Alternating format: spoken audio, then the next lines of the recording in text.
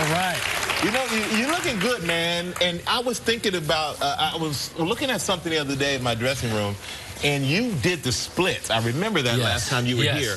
And the dancer reminded me of you. Yeah, I'm... Can you do that? Well, I pulled my groin, and it's still pulled from that day. Oh. Yeah. So I was limping until about a moment ago. Well, you impressed us. You impressed me. You know, I got one trick, and that was it. That's it.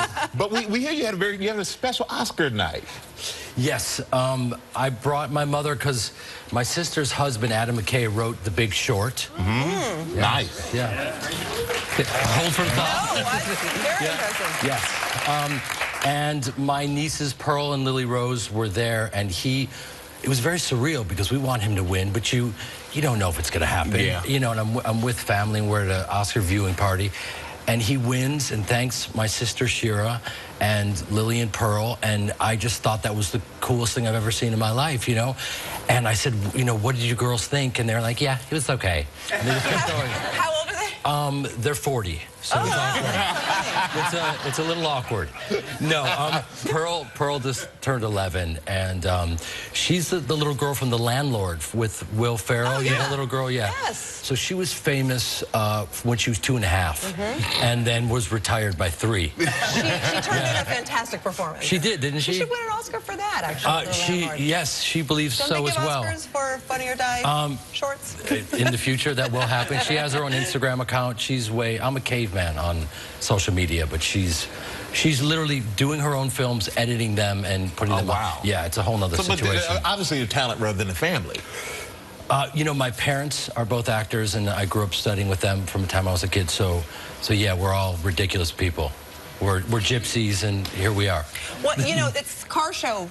This car show week. What was your first car? It was a Ford Granada that lasted a week, and kind of blew up. So you know, it's one nothing to do with you. Nothing no, you're driving. I mean, yeah. I mean, I'm not a mechanic. Let's be honest. But you know, it's great to start that way. You know, then you have something to look forward to. Yes. Right. I like that picture of you. No, don't say it. Don't say it, because they'll bring it back. Don't say it. I mean, what was up with those shorts?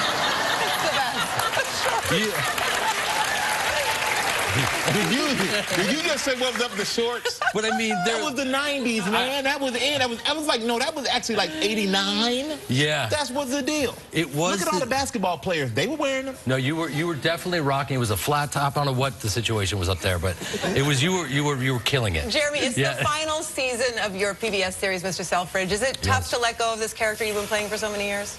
Yeah, I was over there for 4 seasons doing it, and he was... Where do you shoot it?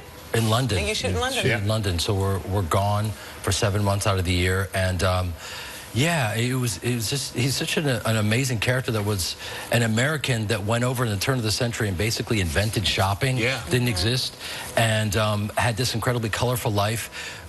On season 4, we opened in the 20s, and he falls for these 2 American socialites who are twin blondes. Yep. And not the sharpest women in the world, but yet. But so funny because a study just came out. No disrespect to you or any of the fantastic blonde people of the universe. They took him for all of his money because they were a lot of fun, and he loved to gamble, and he just kind of like was the bank and had a great time, but it was part of his downfall. But I tell you what, I love the series, and I've been watching since it started. I mean, the first time you came here to talk about it, and because it is a very colorful character, and it's real. It's some history of, like I said, somebody who created something that we still enjoy today. Yeah. And we have a clip from you as Mr. Selfridge, and we're going to check that out right now. Here is Jeremy Piven in Mr. Selfridge. Yeah. I mean, it's really cool. We address racism, and you know, that's Sasha just crushed that role, and you know, people weren't kind to folks like that. Yeah. You know, to a guy who was an Indian, you know, and there's a black woman that comes into our show, and she ends up working with us, and Harry Selfridge was the kind of guy who he embraced everyone and anyone. Yeah. And if you wanted to work hard, he loved you, and he looked you in the eyes, and he was a guy who it was really empowering for people to work for him, because people met and fell in love and got married, and the stories are endless with this guy. And today, it exists, and it was voted the best store in the world last year. Wow. So it's kind of crazy. Great. It's still Well, I going guess on. he went through it himself. He kind of paid it forward by just having sympathy for people going through racism and all those different things. Yeah. And it's a great show, man. And you really are. You're an amazing talent. And it is Mr. Selfridge. The final season premieres Sunday on Masterpiece on PBS. Make sure you check out Jeremy Piven, everybody. Next up, Jane Krakowski.